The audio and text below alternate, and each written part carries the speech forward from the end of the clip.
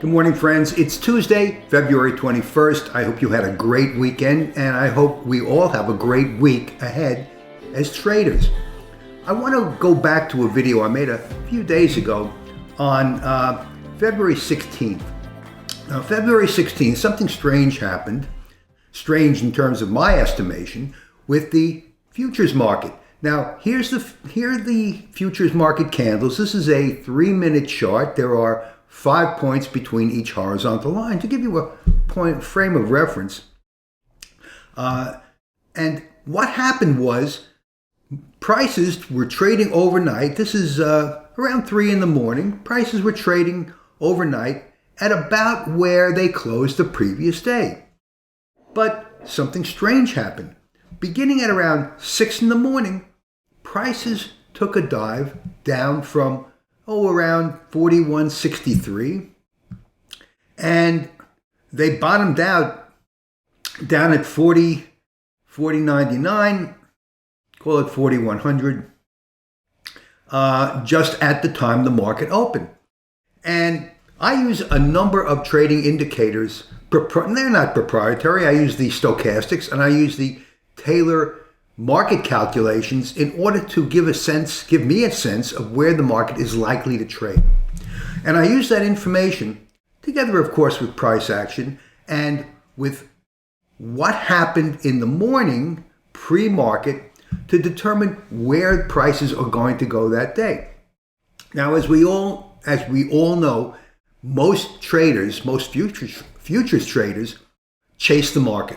Now, you chase the market, and the market does this kind of thing at 6:30, 7 o'clock in the morning. Well, this was around 9 o'clock. Beginning at 6 in the morning, starts to decline. Why is that? There's no pre-market news coming out at 6 in the morning. So why is the market doing this? Remember, the previous day closed right around here at about 41.65. And I want to start this video showing you where the market opened. I have my cursor just about at where the market opened, 9:30. And using the tools that I just mentioned, plus my experience in trading, I made a video and I said, I believe the market is going to go up. Not sure if it's going to close the gap, but I believe the market is going to go up and it's going to pause at 41.23 or thereabouts. And then it's going to pause at that number, about 41.23, 41.25, and then it's going to break through and it's going to go higher. And how did I know this? Just looking at the chart right here on February 16th. How did I know this? Well, I'll show you how I know this. First of all, let me put the some of the hidden indicators that I have here. Let me put the previous day's close on. Okay, you see this black line here? I'm just going to start to show you where it comes in at 41.57. And then the market, and I'm going to put my Taylor trading calculations on the chart.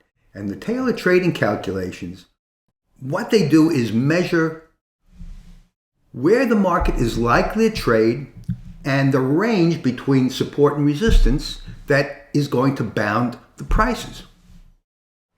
Now, this is what the Taylor calculations told me that day. Now, remember, prices were down here. The gap was up here. Considerable gap, right? Prices were trading well below where I calculated they should trade, but that's okay. So would prices close the gap? Well, prices are likely to close the gap, but as you can see, they came nowhere near closing the gap. But I told my viewers in that video, I said prices are going to pause at around 41.23 and they're going to go up to about 41.44. 41.44, Marv, how do you know that? 41.44 is nowhere indicated by the resistance or the support of my Taylor numbers, and it's nowhere near the previous day's close at 41.57. Well, here's how I know this. Because using the Taylor numbers, you need to know how to use these numbers. It's not a calculation where you just stick the numbers visually on the chart as I have here. You have to know how to utilize them, how to fit them to the prices. And as I say, you have to fit the suit to the man. And so what I know to do is, well, within the first half hour to an hour of the trading day, prices put in the intraday high or low, okay? Almost always. Prices put in the intraday high or low within an hour, half hour to an hour of the trading day. So what I do, when I figure that the market has established an intraday one way or the other, I move my trading zone, I transpose it to the intraday high or low. In this case, the intraday low is right around over here, okay? This was the intraday low at 40.99, call it 4100, and I took my trading zone and I moved it down. I'm going to show you what that looks like, okay? I took my trading zone and I just moved it down here, okay? This is the same trading zone. Let me show you this so perhaps you don't understand it. I took my trading zone, okay, and I moved it down to here, okay? And I said the prices are going to trade. They're going to probably top out at 41.44. Where'd the prices top out? Okay. Where'd the prices top out?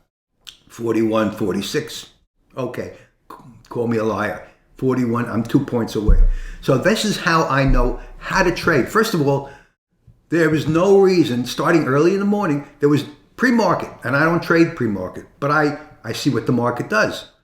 There's no reason for this. The only reason for this is to do this. The only reason for the market to go down was for it to be brought up. Traders who followed this and said, "Oh, the market is crashing. We're going to bet to the short side." No, big mistake.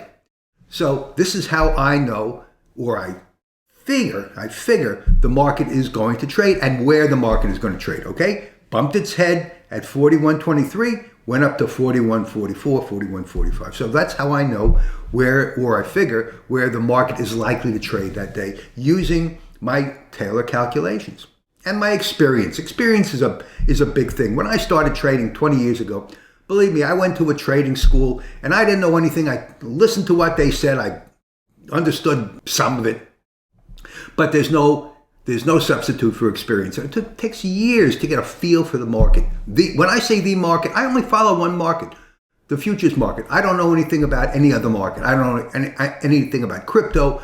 I don't know anything about options. I don't know anything about any of that stuff. I only trade S&P E-mini futures and micro E-mini futures. And that's what I teach, okay? The other markets, I don't know. This market, I do know. So that's how I teach. And friends, I'm tempted to start a trading room. Now, I don't know whether I should do it. I really don't like giving prognostications. When I make trades, I do it for my own account and for my own edification. Everyone's got different sense of how they want to trade, different degrees of fear and greed that factor into it, a different size of the trading account. So everyone's got different proclivities when it comes to trading, but I'm thinking of opening a trading room.